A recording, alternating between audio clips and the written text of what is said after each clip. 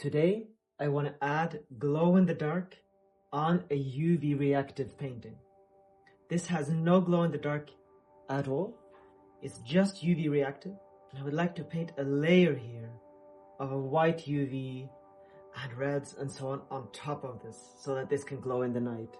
I ended this painting before I had these colors. So let's just go and try, see how this works. I am very excited about this. I love doing this. Mainly now I add the glow in the dark right away. But of course on these that I have started beforehand, we have to do it the other way. And go right at the very end and add a layer. Let's see, let's just add, this is completely translucent, this white, which means that we can just add a layer on top of it and we will be able to see everything underneath. Let's see if we do this now. Be very careful, be quite quickly actually. Yes, we can see absolutely nothing in this light. And we have to switch it back and forth to make sure that we have it. And I can see the layers, I can see the colors underneath here. I love this part of doing it. You do have to be a little bit quick. I am painting with quick drying oils. Then we can paint in the really bright colors. This is just going to be the ambient light underneath the moon and so on. And then we can add the colors here. We can add little colors on top of all of the mushrooms. For instance, I'm not sure if my red here is still wet enough that I can actually use it. Or the oranges. Let's see if we can use this for instance on top of some of the mushrooms right away, and we can get some colors in. Oh, and look at that. We now right away have a little bit of that orange color. There are some beautiful purples I would like to use here too, around them as an ambient color. We can kind of awaken the painting to life in the complete darkness.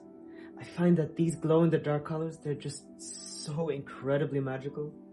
I had troubles when I started with them. I tried them out a couple of years ago and I decided they were too difficult to work with. But now I have realized that it is possible. You just need different kinds of oils, a little bit of more heavy binders and so on, and then you can. And I can't get enough of these colors. See, so if we have this purple kind of as color around the mushrooms, kind of in between, so we have the ambient light can be this deep purple color. I would like to also add some UV colors into the painting, some moon rays and so on, since I find that the painting is just a bit too dark. I kept it. And maybe it was just because of this reason. I might then be selling it again if I feel like it's okay to part with it. But right now I just want to add these colors. We're going to add details on top of it again afterwards. For instance, we can actually do that right now. Let's get a bright yellow UV. Glow in the dark and UV. This is a blend of the two. We can just add that on top of the moon. Be a bit careful here. It's a kind of a subtle moon, this. If we just add it on top of where I already have the colors, it's not removing the UV at all, but it should add quite a strong moonlight at night. Let's see. Oh, that's the wrong way around. There. Ah. So now we have kind of that yellow moon shining on the half moon here.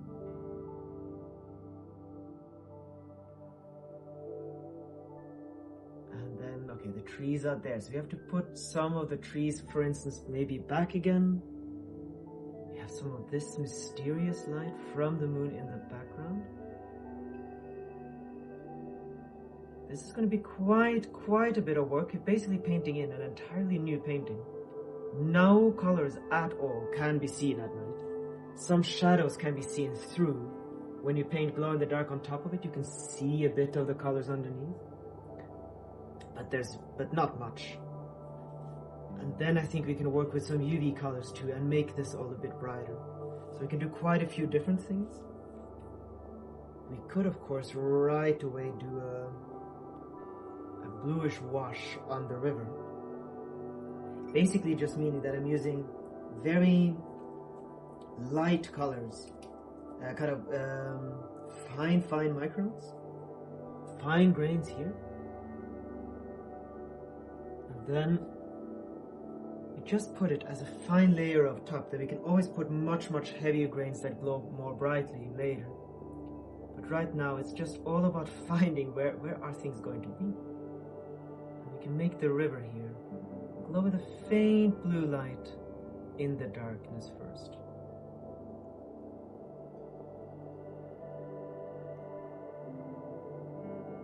Here. And then of course we can start with some stars. The stars, something that's easier here. I haven't done a seasonal change, meaning that I can just put the glow in the dark on top of what's underneath. So if we just do this, we put a little light of the stars here, and there we have some stars. Now we can do that on top of every star.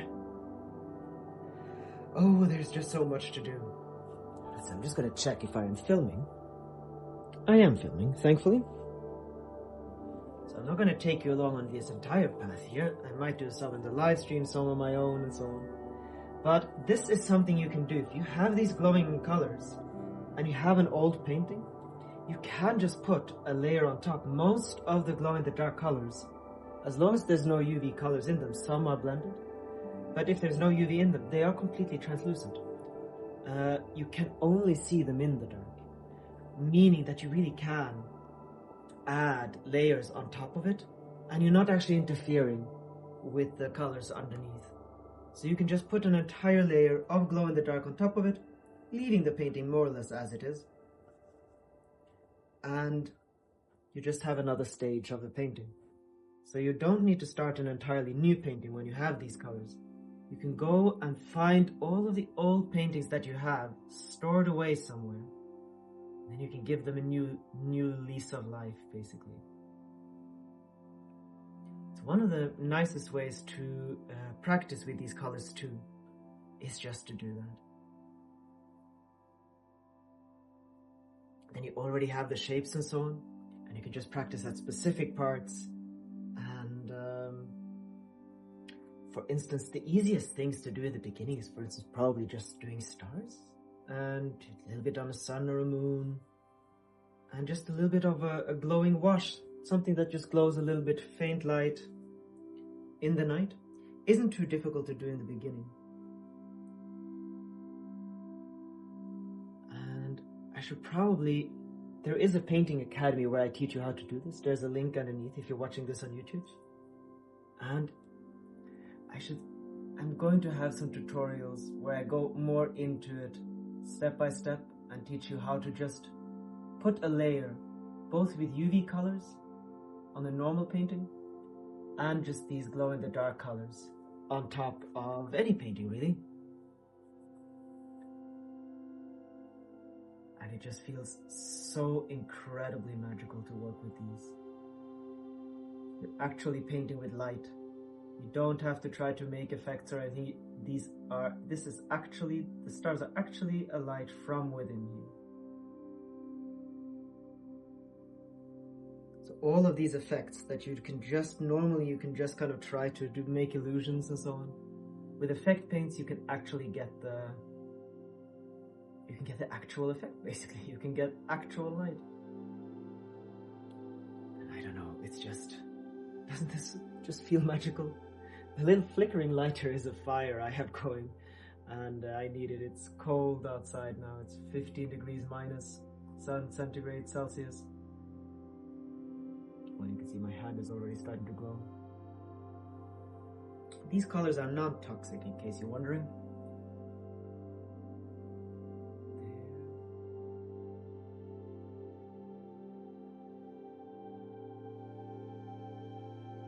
Like this. Now the mushrooms. I was contemplating just having an orange light around each little mushroom group. We can do that first. I have a little bit of this invisible orange left. We can always do some fluorescent colors and so on top of them. But this invisible orange will just be a good way to start. Have every little mushroom group have a little bit of a glow. Doesn't need to be too much, but just so we can see it here at night. Oh.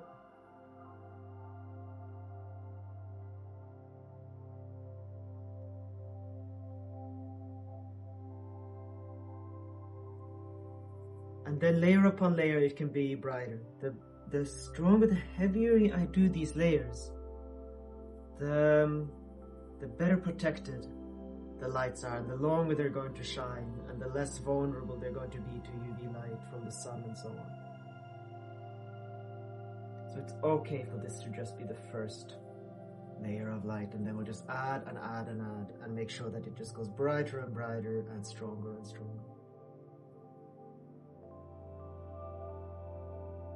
And light here and here. We have a slight shape of the forest. You can't see much, but it's starting to make a little bit of sense. And if we now do, for instance, just a little bit of white at specific parts of the river, for instance. Start with a bit of life into it. Now I'm using a UV flashlight here. UV supercharges glow in the dark, so painting together with the UV light works very, very well. So the UV light that I have behind me here that's reacting these colors, that's already charging the glow in the dark while I paint, which means that painting together with UV and glow in the dark at the same time is very, very helpful for this way of painting. Now, there are parts that I would really like to make shine more in the UV light too. And UV you can very well use together with glow in the dark in the same paint. The difficulty is often when you try to use normal paint together with it. I don't need to do too much of that in this painting, I think. See, what I can see here right away is that I have a little bit of a cloud around the moon. It could be nice to replicate that in the night.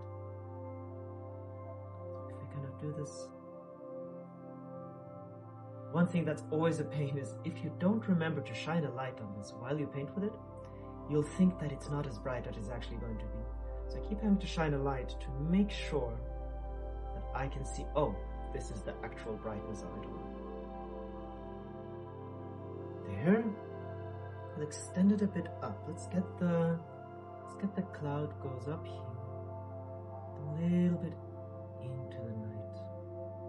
Like this. Like there.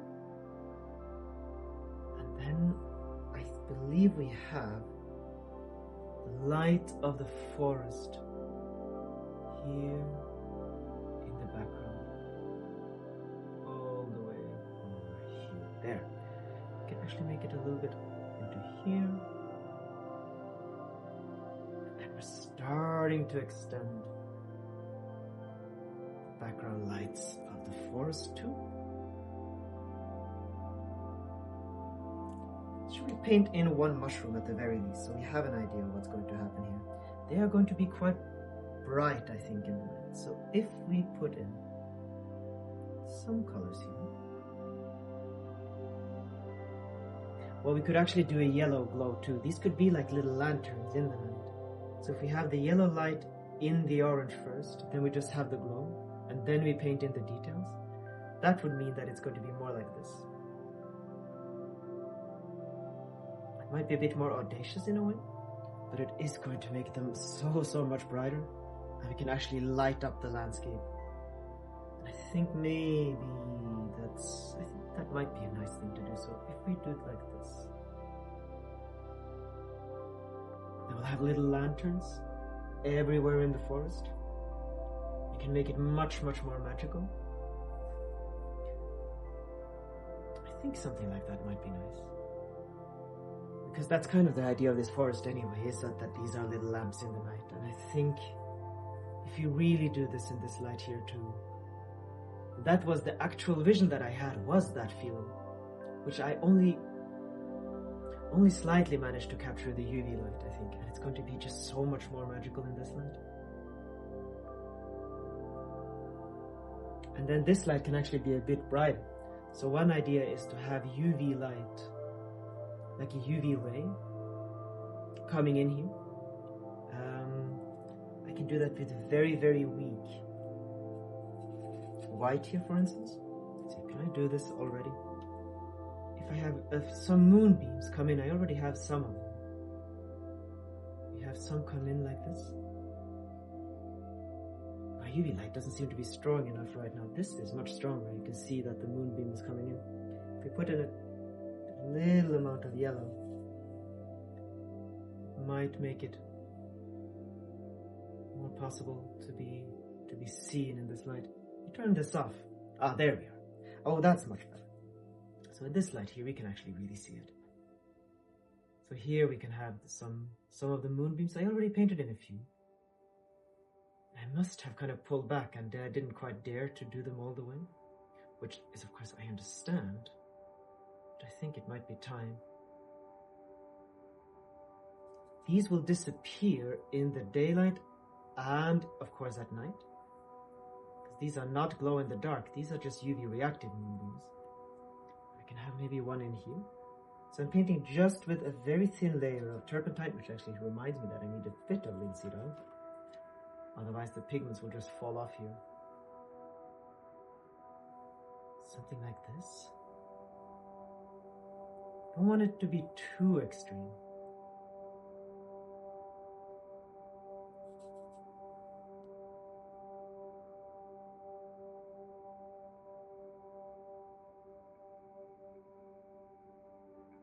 Then something like that. I have to be very, very careful, but I kind of like the idea. If we put a little bit more, just make it a bit brighter here in this light, then the switch can be stronger. So this is going to be how it is in the daylight. That's going to go away. Then at night, it just turns into this. I think the main idea is kind of clear. So much to do, so much more to do. I have a little bit of an idea how we can go, how we can kind of progress here though.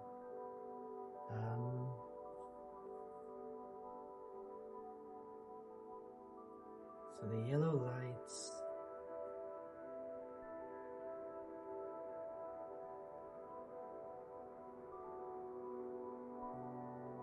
And it is possible to do something with UV colors and with glow in the dark, so that we can make this little, I kind of want these halos around these mushrooms, so that you kind of can see them kind of glowing in the atmosphere of the painting.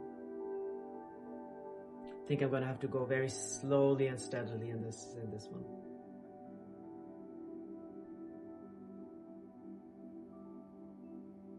Then maybe make these brighter. So for instance, let's say we did something like here. I say go very slowly and carefully, and then I kind of do the opposite. I was thinking just to see if this works. If we turn off the light again, and we put in some colors from the moonlight into the trees. What bothered me with this painting when I first finished it many months ago was that it looked a bit too dark than what I had actually wanted. And we could start to kind of light up parts of the painting again. Both with UV, and this should be glow in the dark too. And it is. Now there I have to be careful. We could just do it with UV colors. Or at least mainly. So that parts of it will just shine a bit more. I was thinking of just doing mainly just the glow in the dark now. But I have been considering just kind of brightening up quite extensive parts of the painting, especially up here. So for instance, if we just do this little line, where is it actually? So I can't even see where the tree lines are here, because I made it so dark. If we now put little dots of lines of light around the tree, framing them in moonlight, and we do that up above here too, that should actually make the sky a little bit brighter, darker in some ways. The contrast is stronger, and we can actually see the shadows of the tree and so on. This light here, it's much clearer. This is such a dark painting, I probably need to paint in much just more explicit half light so that I can actually see what's going on here more.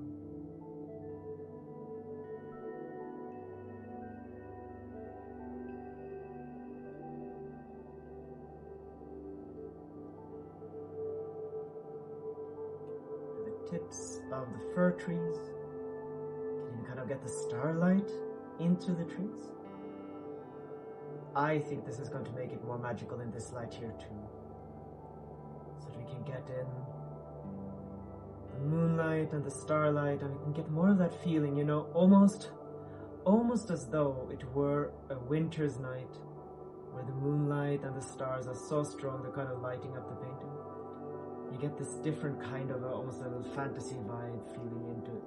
Obviously fantasy vibe, I suppose, with the mushrooms and so on. This feeling that you could really kind of go for a moonlit walk in the glowing mushroom forest. And I already like that the trees are coming more out here. You can see them more clearly. We can have the moonbeams come in, we can make that, even here for instance, this is just completely dark, which I don't know what I was thinking of making it this dark. This was the first mushroom forest I ever attempted when I started out with my UV colors. I had painted a few mushrooms, glowing mushrooms, just all on their own. I had never painted mushrooms before I started with UV colors. And then I decided I wanted to create an entire forest with glowing mushrooms. And this is it. This was that painting. So updating it now means kind of, well, I was experimenting so much, and I've come a little bit further along now, and I can see what, oh, well, I overdid it with the darkness. I wanted the darkness to make the mushroom glow strong. That isn't necessary. They're more than strong enough. The little islands, I would like to connect them. And in some ways we can make it darker in front of them. We can make some little details and dark lines in front of them. So we can make them both brighter and darker. But we can just create the entire landscape in more properly.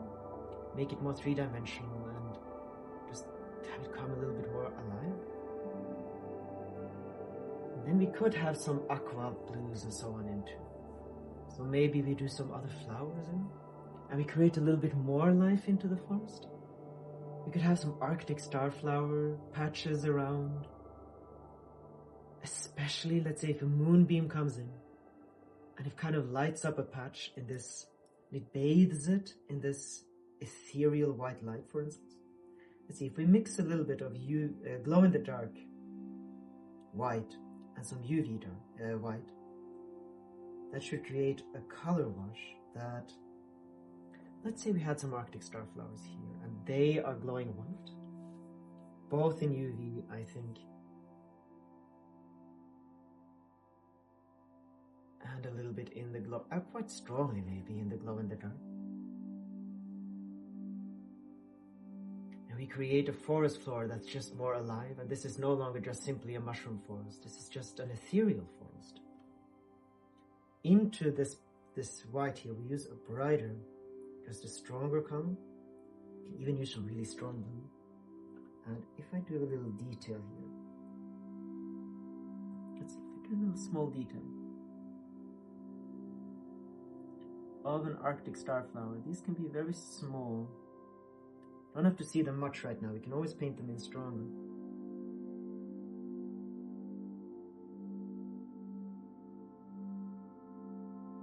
Like a little bed of flowers. epileptic starflowers usually aren't. Maybe this is just my own kind of a flower. That's not very bright yet. But they are bright enough for now, and we can make them much, much brighter still. And we have these little patches in the moonlight. Maybe we make them, I have a very strong blue here. If we use my extreme blue, and we already put some of that on top of these.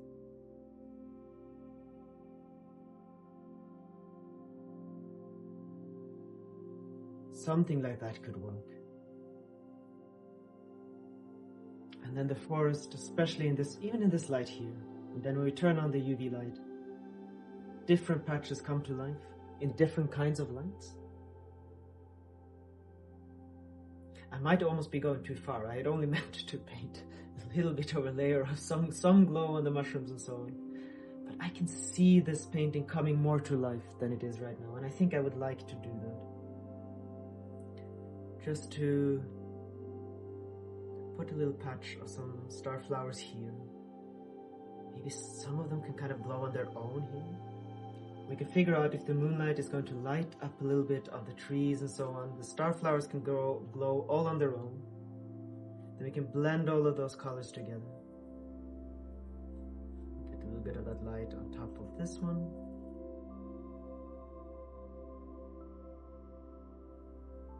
And we can kind of get a hope into the painting. Not just this slight creepiness of these mushrooms. I was also thinking what we could do with the mushrooms is, for instance, have different kind of lights on the caps too. They could even be a little bit color shifting and so on. If we put this purple on top of them, for instance, especially at night. That I like. So, if we see some of the larger mushrooms here, if we see this one here, and we put that purple light on top of it, it can be kind of more of this almost purplish ghost flower mushroom feeling. Maybe we do that in this light too. So if we put a bit of fluorescent white and purple together and some luminescence, we put that on top of these mushrooms. That's going to be difficult. We're going to have to need some normal colors too, I believe. But we can make the mushrooms have more of a kind of a purple to red kind of a blend. Make them more detailed, and it'll make them come to life in a different way, not just this. It feels a little bit poisonous at the moment, and I would like the colors to be more alive. I think that's kind of my main thing in this painting. It might change quite a lot more than I thought. I have this light in here too. I already like it better, and we're going to have this reddish light. I'm going to do that in the fluorescent as well. Not just the luminescence, but we're going to have kind of more of this reddish purple light in the fluorescence here around them, so we'll mimic the same light that the mushrooms themselves have.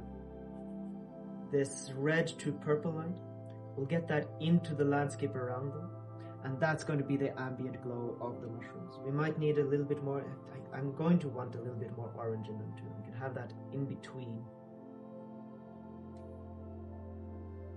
And then we can put some more details into it. This is kind of how I like to go about this. When I paint a layer on it, you can just see where does it take you, what feels right. And then you can lean more into those things that then work, away from those that didn't. And it kind of develops on its own. You don't need a very clear plan, at least I don't when I do these kinds of painting. This way of painting. You just kind of follow along with what happens, and often it just turns out very differently than even those slight ideas that I had in the beginning. You need some kind of idea to sit down, unless you just start completely blind, which is possible, but usually you need kind of just a reason to sit down in front of a canvas. But you don't have to follow that.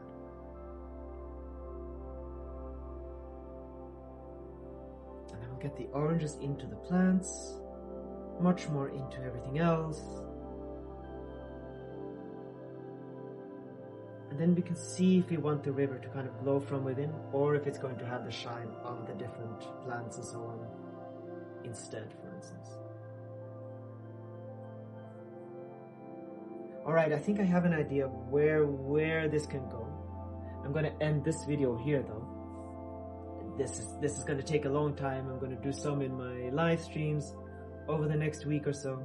I'm going to step-by-step work with this. Sometimes it's then good, just at this point here.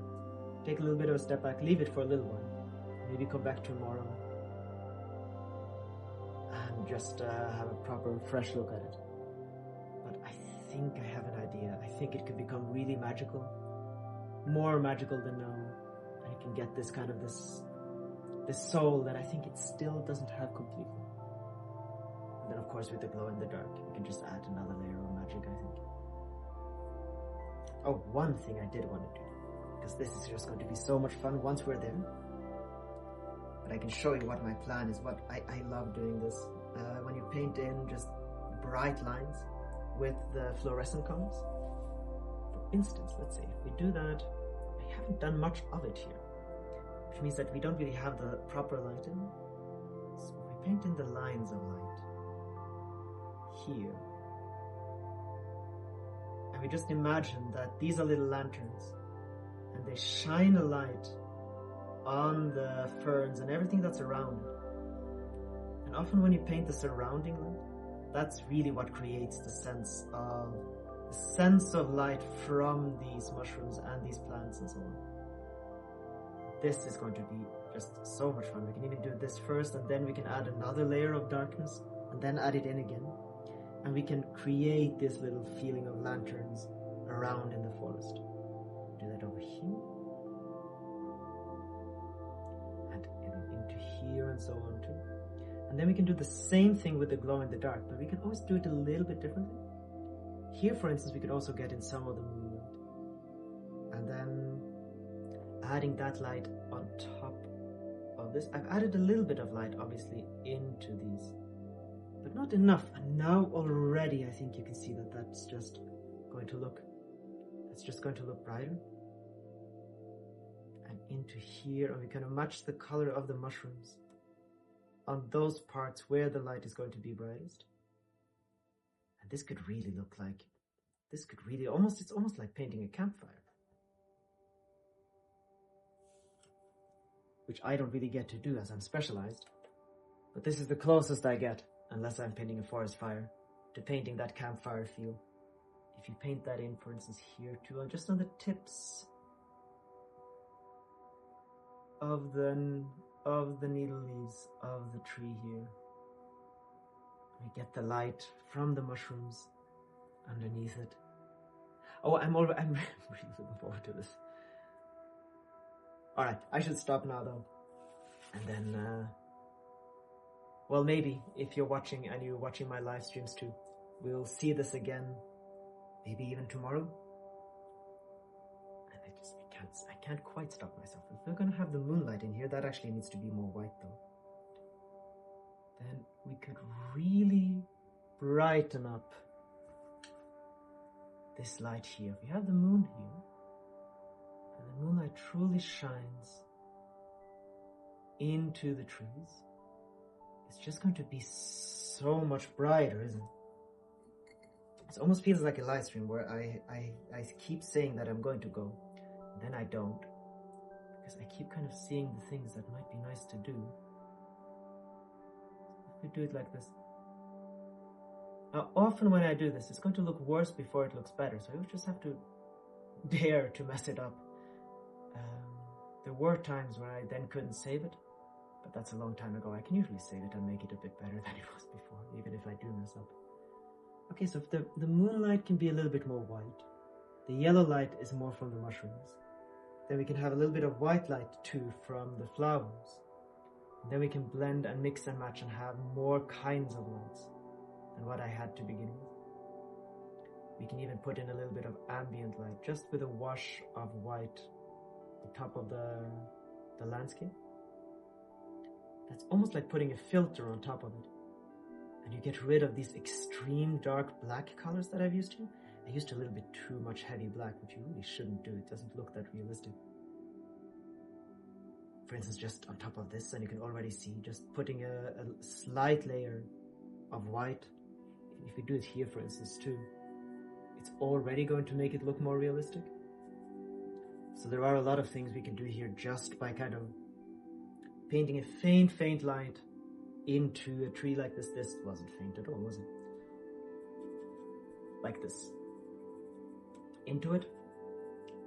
And it's already just going to look more realistic. So I think a lot of the UV colors is going to be the work of washing out the white here with just some UV colors. I may have to do this with some normal colors too, because I've seen that the daylight colors are too bright as well. So I may have to do some daylight color blends with some UV in order to get this effect here. Let's do that all the way up. That is better. I could do it with the UV blue, of course, which might actually be better. If we put a little bit of UV blue and a little bit of purple, then we get a UV reactive shadow. That is quite a dark color, but it's going to be more realistic than the extreme black that I, for some reason, chose to put in here months ago.